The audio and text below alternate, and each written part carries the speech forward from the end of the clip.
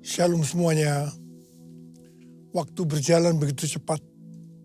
Dengan tidak terasa kita memasuki hari pertama tahun 2026. Tema tahun 2026 adalah tahun amanat agung. The Year of Great Commission. Ayat emasnya diambil dari Matius 28 ayat 18 sampai dengan 20 dan Matius 24 ayat 14. Kita baru saja meninggalkan tahun 2025. Tahun penuaian. The Year of Harvest. Tahun 2025 juga tahun yang sukar, sulit, peperangan, bencana alam, ketidakpastian, krisis ekonomi yang semakin intens. Meskipun demikian, memasuki tahun 2026 kita harus berani berkata bahwa tahun 2026 akan lebih baik dibanding tahun 2025. Yang percaya katakan amin. Apa dasar kita untuk percaya bahwa tahun 2026 akan lebih baik dibanding tahun 2025? Alasan pertama, sesuai dengan ratapan 3 ayat 22 dan 23. Tak berkesudahan kasih setia Tuhan. Tak habis-habisnya rahmatnya. Selalu baru tiap pagi. Besar kesetiaanmu. Kita harus percaya bahwa kasih setia Tuhan selalu baru tiap pagi. Selalu baru tiap minggu. Selalu baru tiap bulan. Dan selalu baru tiap tahun. Haleluya. Alasan kedua, sesuai dengan ratapan 3 ayat 24 yang berkata, Tuhan adalah bagianku atau jiwaku. Oleh sebab itu aku berharap kepadanya. Jadi kalau kita berharap kepada Tuhan, maka kita akan berani berkata bahwa tahun 2026 akan lebih baik dari tahun 2025. Haleluya. Orang yang berharap Tuhan diperbarui kuatnya. Terbang dengan saya Raja Wali, berlari tiada penat, berjalan tiada lelah, ajarku harapkan Tuhan. Berlari tiada penat, berjalan tiada lelah, harapkan Tuhan. Alasan ketiga, mengapa kita berani berkata bahwa tahun 2026 akan lebih baik dibandingkan tahun 2025? Karena kalau hati kita melekat kepada Tuhan, karena kita hidup intim dengan Tuhan, sesuai dengan Mazmur 91 ayat 14-16, maka hal yang pertama, Tuhan akan meluputkan dan membentengi kita terhadap sakit penyakit, panah api dari si jahat, jerat penangkap burung, kedahsyatan malam atau terror of the night yang berbicara tentang penculikan, perampokan, pemerkosaan, pembunuhan, terorisme, peperangan. Hal yang kedua, Tuhan akan menjawab ketika kita berseru pada masa kesesakan. Dan hal ketiga, Tuhan akan memuliakan kita. Hal yang keempat, Tuhan akan memberikan panjang umur dengan berkat yang melimpah. Hal yang kelima, Tuhan akan memberikan keselamatan. Haleluya! Berdasarkan 5 hal ini, kita akan berani berkata, Tuhan, saya percaya bahwa tahun 2026 akan lebih baik dari tahun 2025. Yang percaya katakan amin. Alasan keempat, mengapa kita berani berkata bahwa tahun 2026 akan lebih baik dibandingkan tahun 2025? Karena kita memasuki tahun 2026, tahun amanat agung. Yang berarti kita akan lebih dipakai Tuhan dalam proses penyelesaian amanat agung. Maka kita akan berani berkata bahwa tahun 2026 akan lebih baik dibandingkan tahun 2025. Amin. Aku percaya berkat-Mu atasku melimpah, kebajikan, kemurahan selalu mengikutiku. Ku puji, ku sembah Kau Tuhan. Ku puji, ku sembah Kau Tuhan. Ku puji, ku sembah Kau Yesus. Tahun 2026 adalah tahun amanat agung, the year of the Great Commission. Istilah amanat agung dipopulerkan oleh Hudson Taylor, seorang misionaris ke daratan Cina pada abad ke-19. Hudson Taylor terkenal dengan kutipannya, amanat agung bukanlah sebuah pilihan untuk dipertimbangkan, melainkan sebuah perintah untuk ditaati. Yang dimaksud dengan amanat bukanlah sekedar perintah, tetapi satu perintah pengutusan yang diperlengkapi dengan kuasa dan otoritas ilahi. Sesuai dengan perkataan Yesus dalam Matius 28 ayat 18 dan 19. Kepadaku telah diberikan segala kuasa di sorga dan di bumi. Karena itu pergilah, jadikanlah semua bangsa muridku. Setiap kali kita berbicara tentang amanat agung, maka kita diingatkan tentang tahun 2033. Sebenarnya ada apa dengan tahun 2033? Tahun 2033 adalah peringatan 2000 tahun Tuhan Yesus disalibkan, mati, bangkit, naik ke surga. Peringatan 2000 tahun pencurahan Roh Kudus yang berarti hari ulang tahun gereja yang ke-2000. Peringatan ke-2000 tahun dimulainya amanat agung. Tetapi beberapa tahun terakhir ini, Tuhan berbicara kepada gerejanya. Banyak organisasi-organisasi, aliran-aliran kekristenan yang mempunyai visi yang sama, yaitu target penyelesaian amanat agung tahun 2033. Waktu Tuhan Yesus ditanya oleh murid-muridnya tentang tanda kedatangannya yang kedua kali dan tanda akhir zaman. Salah satunya Tuhan Yesus menjawab dalam Matius 24 ayat 14 yang berkata, dan Injil kerajaan ini akan diberitakan di seluruh dunia menjadi kesaksian bagi semua bangsa. Sesudah itu barulah tiba kesudahannya. Dengan perkataan lain, kalau amanat agung selesai, maka sesudah itu barulah Tuhan Yesus datang yang kedua kali. Kata sesudah itu tidak ada seorang pun yang tahu itu kapan. Bisa 1 hari, 1 minggu, 1 bulan, 1 tahun, atau beberapa tahun, yang jelas tidak akan lama. Mengapa? Sebab Tuhan Yesus berkata, aku datang segera. Jadi kalau Tuhan Yesus memberikan target penyelesaian amanat agung tahun 2033 bagi gerejanya, artinya tinggal 7 tahun lagi. Saya tidak berkata, sekali lagi, saya tidak berkata bahwa tahun 2033 Tuhan Yesus pasti datang. Ini tidak alkitabiah. Tapi kalau dikatakan tahun 2033 Tuhan Yesus bisa datang, ini alkitabiah. Karena kedatangannya bisa sewaktu-waktu. Saya mau mengajak kita semua agar semakin hidup intim dengan Tuhan. Banyak berdoa, memuji dan menyembah Tuhan dan terus berjaga-jaga. Saya akan ingatkan bahwa sesuai dengan Roma 8:29 bahwa goal kita sebagai orang percaya adalah menjadi serupa dengan gambarnya. Artinya menjadi murid Kristus.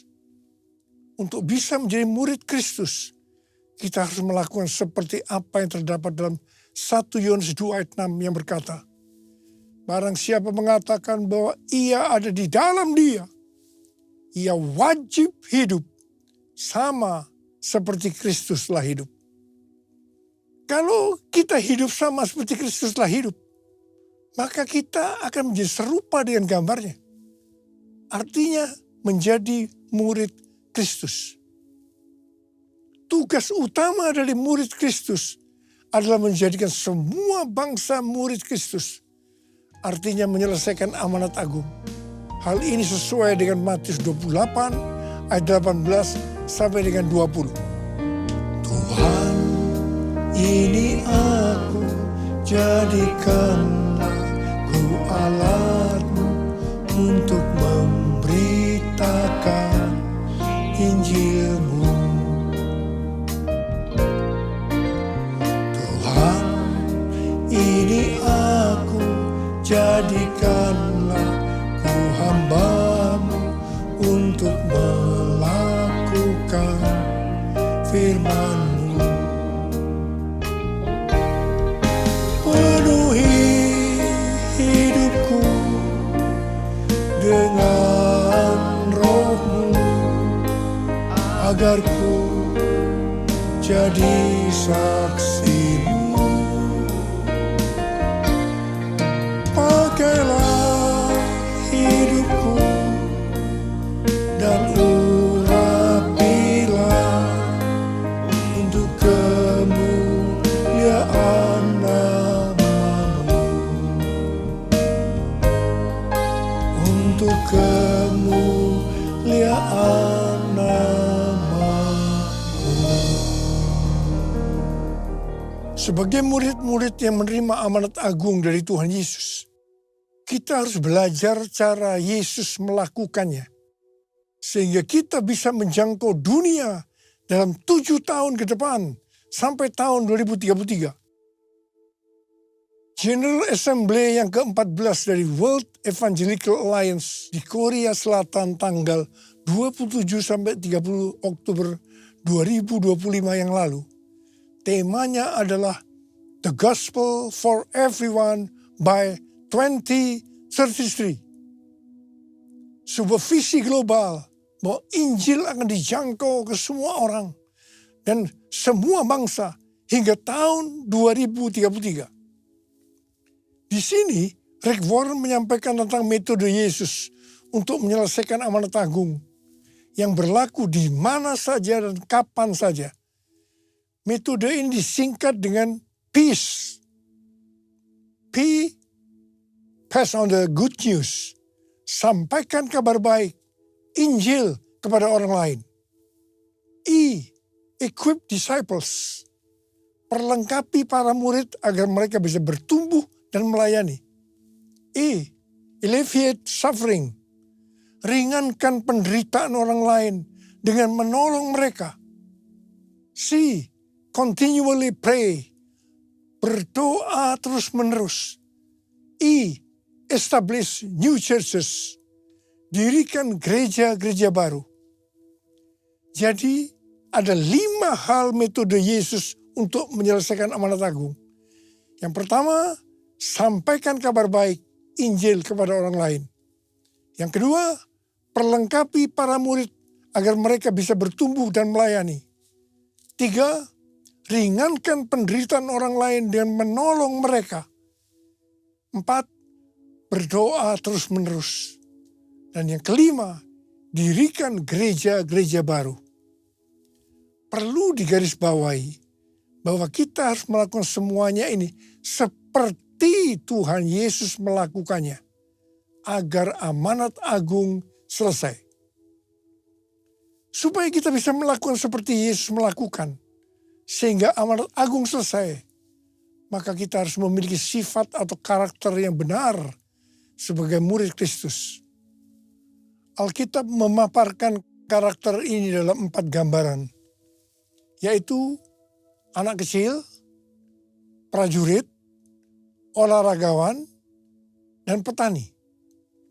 Yang pertama, untuk bisa menyelesaikan amanat agung diperlukan karakter seperti anak kecil. Tuhan Yesus berkata dalam Matius 18 ayat 3 dan 4, "Sesungguhnya aku berkata kepadamu, jika kamu tidak bertobat dan menjadi seperti anak kecil ini, kamu tidak akan masuk ke dalam kerajaan surga.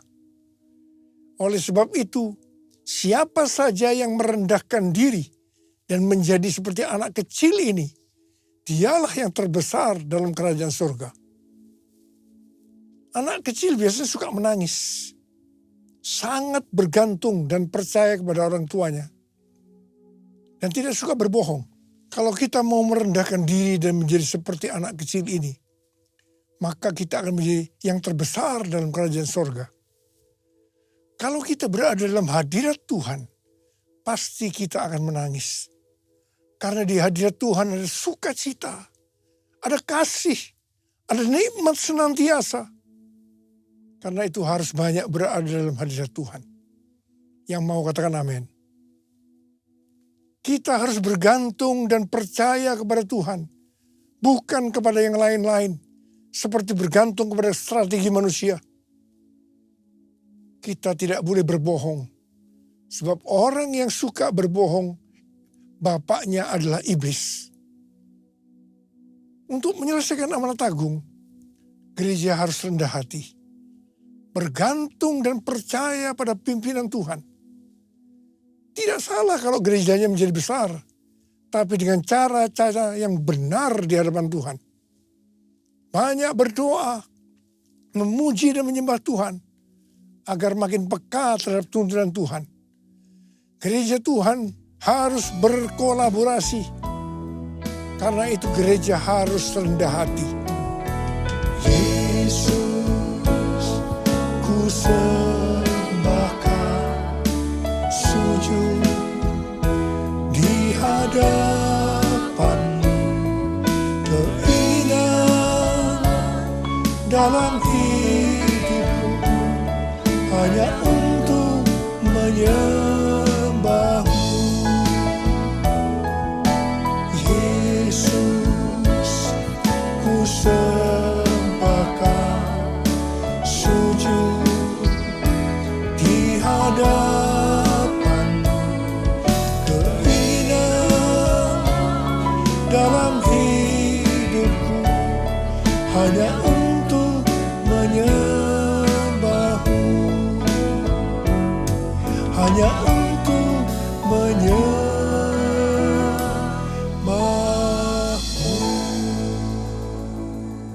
Yang kedua, untuk menyelesaikan amanat agung diperlukan karakter prajurit. Seorang prajurit yang sedang berjuang tidak memusingkan dirinya dengan soal-soal penghidupannya, supaya dengan demikian ia berkenan kepada komandannya. 2 Timotius 2 ayat 4. Ini bukan berarti kita tidak boleh bekerja atau berkeluarga. Tetapi masalah-masalah kehidupan sehari-hari tidak boleh menghambat fokus panggilan utama kita sebagai murid untuk menyelesaikan amanat agung. Dengan demikian, kita akan berkenan kepada komandan kita, yaitu Tuhan Yesus Kristus. Dalam tahun amanat agung ini, iblis akan makin keras berusaha untuk mengalihkan perhatian kita dalam menyelesaikan amanat agung. Hati-hati, jangan sampai dialihkan oleh keinginan daging, keinginan mata, dan keangkuhan hidup. Dalam Alkitab, paling tidak ada 104 ayat yang berbicara tentang kesombongan atau keangkuhan. Amsal 6 ayat 16 sampai dengan 19 berkata, 6 perkara ini yang dibenci Tuhan, bahkan 7 perkara yang menjadi kekejian bagi hatinya. Mata sombong, lidah dusta, tangan yang menumpahkan darah orang yang tidak bersalah, hati yang membuat rencana-rencana yang jahat, kaki yang segera lari menuju kejahatan, seorang saksi dusta yang menyembur-nyemburkan kebohongan, dan yang menimbulkan pertengkaran saudara. Amsal 16 ayat 18 berkata, kecongkakan mendahului kehancuran, dan tinggi hati mendahului kejatuhan. Yesaya 13 ayat 11b berkata, kesombongan orang-orang pemberani akan kuhentikan. Dan kecongkakan orang-orang yang gagah akan kupatahkan. Matius 23 ayat 12 berkata, dan barang siapa meninggikan diri, ia akan direndahkan. Dan barang siapa merendahkan diri, ia akan ditinggikan. Yakobus 4 ayat 6 berkata, Allah menentang orang yang congkak, tetapi memberi anugerah kepada orang yang rendah hati. Hari-hari ini saya banyak melihat anak-anak Tuhan dan para pemimpin dilemahkan oleh Tuhan. Seperti yang juga dialami oleh Rasul Paulus. Ini semua diizinkan Tuhan. Supaya kita tidak meninggikan diri. Tuhan berkata, dalam kelemahanlah kuasaku jadi sempurna. Kalau kita mau dipakai Tuhan lebih lagi, maka kita harus siap untuk dilemahkan. Yang ketiga, untuk menyelesaikan amanat agung diperlukan karakter olahragawan. Seorang olahragawan hanya dapat memperoleh mahkota sebagai juara apabila ia bertanding menurut peraturan-peraturan olahraga. Supaya bisa menurut peraturan-peraturan olahraga, Rasul Paulus berkata dalam 1 Korintus 9 ayat 26 dan 27 sebagai berikut. Sebab itu aku tidak berlari tanpa tujuan. Dan aku bukan petinju yang sembarangan saja memukul. Tetapi aku melatih tubuhku dan menguasainya. Supaya sesudah memberitakan Injil kepada orang lain. Jangan aku sendiri ditolak. Jadi untuk bisa menurut peraturan olahraga. Rasul Paulus melatih tubuhnya dan menguasainya. Di sini kita melihat bahwa untuk menyelesaikan amanat agung tidak mudah. Melatih tubuh dan menguasainya itu perlu pengorbanan. Hal ini perlu kita lakukan supaya seperti yang Rasul Paulus katakan, supaya sesudah aku memberitakan Injil kepada orang lain, jangan aku sendiri ditolak. 1 Yohanes 2 ayat 6 berkata, barang siapa mengatakan bahwa ia ada di dalam dia, ia wajib hidup sama seperti Kristus telah hidup. Ini harus dilakukan kalau mau pelayanan kita dalam menyelesaikan amanat agung seperti metode yang Yesus lakukan. Sehingga kita akan melihat tahun 2033 target penyelesaian amanat agung terjadi. Haleluya. Yang keempat, untuk menyelesaikan amanat agung diperlukan karakter petani. Alkitab menggambarkan sosok petani yang sabar, tekun, dan setia menabur. Petani tahu bahwa hasil tidak instan. Ia menabur, menyiram, menunggu, dan memelihara. Demikian juga dengan penyelesaian amanat agung. Hasilnya tidak instan. Ini bukan pekerjaan sehari. Kita harus menabur setiap hari. Menabur penginjilan lewat hubungan pribadi. Menabur kesaksian lewat pekerjaan dan profesi. Menabur tenaga dan waktu untuk pemuritan. Menabur kasih untuk meringankan penderitaan. Menabur doa tanpa henti. Menabur untuk pendirian gereja-gereja baru. Semua yang menabur pasti menuai. Saya mengajak untuk menabur semua hal ini setiap hari. Sampai amanat agung selesai. Dan setelah itu Tuhan Yesus datang kembali. Haleluya. Bumi penuh kemuliaan-Nya, bumi penuh kemuliaan-Nya, bumi penuh kemuliaan-Nya. Sucilah Tuhan, sucilah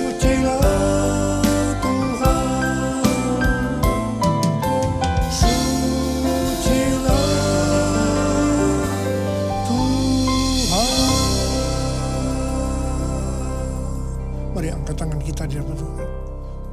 Kita sembah Dia. Mulai berbahasa roh.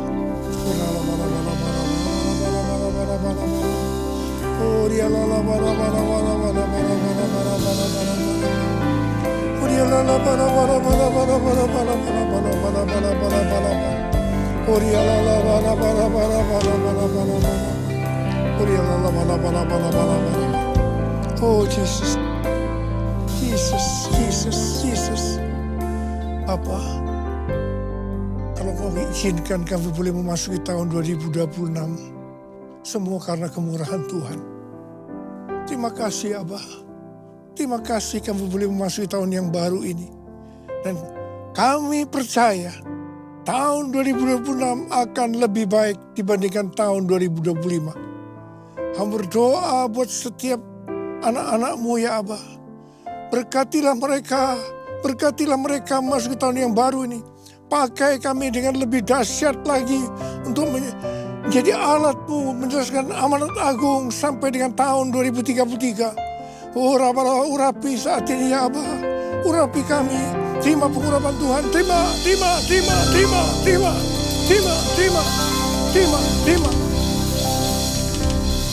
Dalam nama Yesus. Amin. Kita akan masuk dalam perjamuan kudus. Saudara, perjamuan kudus adalah perjamuan Tuhan Yesus sendiri. Kita akan mengingat ayat ini. Sebab setiap kali kamu makan roti ini dan minum cawan ini, kamu memberitakan kematian Tuhan sampai Ia datang. Perjamuan kudus adalah perjamuan Tuhan Yesus sendiri. Setiap kali kita masuk dalam perjamuan kudus, Tuhan Yesus selalu berkata, biarlah ini menjadi peringatan akan daku. Karena itu mari, arahkan hati kita kepada kebaikan Tuhan. Ingat kebaikan Tuhan, tundukkan kepala. Tuhan, siapakah kami sebelum kami mengenal Engkau? Kami semua orang berdosa. Upah dosa adalah maut, mati. Tapi Engkau yang tidak berdosa telah dijadikan dosa oleh karena kami. Engkau harus turun dari surga mulia. Mati ganti kami dengan penderitaan yang luar biasa. Sungguh kalau kami pikirkan ya Tuhan, betapa baiknya Engkau itu. Bapa, terima kasih. Engkau jadikan kami sebagai anak-anak-Mu. Engkau tuntun, Engkau bela, Engkau lindungi. Engkau tegur kalau kami salah. Itu Engkau ya Abah. Itu Engkau. Kita akan masuk dalam perjamuan kudus. Tuhan akan memberkati kita melalui perjamuan kudus. Tapi Tuhan mengingatkan kita. Kita harus makan dan minum dengan cara yang benar. Karena itu, lihat keadaan diri masing-masing. Memasuki tahun yang baru, introspeksi. Kalau ada hal-hal yang harus diselesaikan, di mana kita lakukan tahun 2025, minta ampun. Minta ampun. Ampuni kami Tuhan. Ampuni kami. Apa Engkau melihat anak-anak-Mu yang sedang menyelesaikan segala sesuatu dengan Tuhan? Ampuni kami ya Abah. Layakkan kami untuk masuk dalam perjamuan kudus. Kami akan masuk dalam perjamuan kudus dengan hati yang penuh ucapan syukur. Dalam nama Yesus kami berdoa. Amin. Mari kita angkat roti di tangan kanan kita tinggi-tinggi. Sebab apa yang telah kuteruskan kepadamu telah aku terima dari Tuhan. Yaitu bahwa Tuhan Yesus pada malam waktu Ia diserahkan mengambil roti. Dan sesudah itu Ia mengucap syukur atasnya. Dia memecah-mecahkannya dan berkata, inilah tubuhku yang diserahkan bagi kamu. Perbuatlah ini menjadi peringatan akan aku. Sudah dikasih Tuhan, bukan roti yang kita pecah-pecahkan ini adalah persekutuan kita dengan tubuh Kristus. Mari kita makan dalam nama Yesus.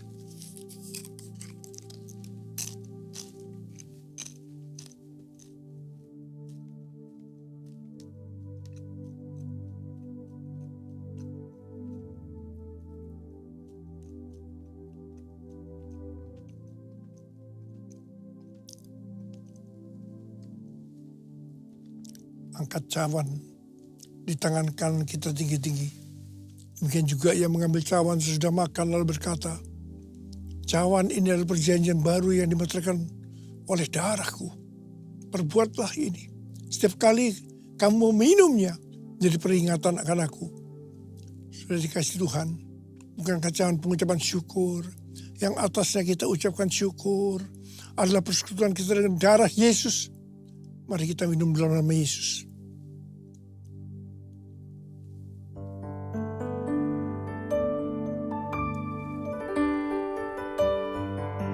Ucapkan syukur dan terima kasih. Dengan suara, jangan diam. Tuhan, terima kasih ya Tuhan. Terima kasih ya Tuhan, terima kasih. Terima kasih ya Tuhan, terima kasih ya Tuhan. Ya Tuhan, Tuhan terima kasih. Ora laba. Ya laba. Bapa terima kasih.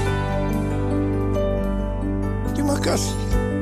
Saat ini kau sudah menyembuhkan yang sakit. Kau sudah membebaskan yang terikat. Kau menghibur yang susah. Kau menguatkan yang lemah. Kau memberikan pengharapan yang baru buat anak-anakmu. Memasuki tahun 2026. Tuhan terima kasih. Terima kasih. Terima kasih. Ucapkan terima kasih. Terima kasih. Terima kasih. Yesusku. Terima kasih. Yesusku. Puji syukur hanya bagi Tuhanku. Terima kasih. Yesusku. Terima kasih. Yesusku. Puji syukur hanya bagi Tuhanku.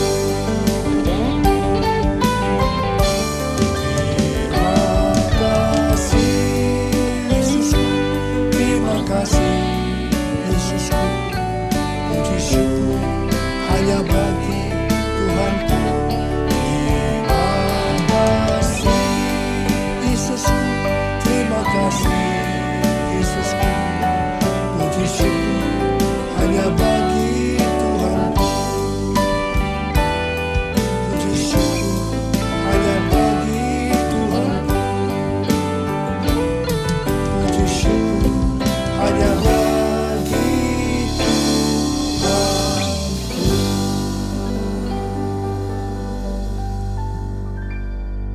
Sekarang terimalah berkat Tuhan.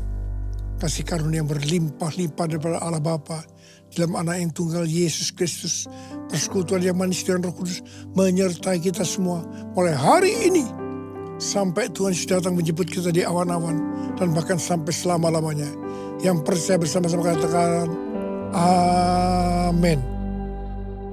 Saya mengucapkan selamat tahun baru 2026. Tuhan Yesus memberkati berlimpah. Haleluya.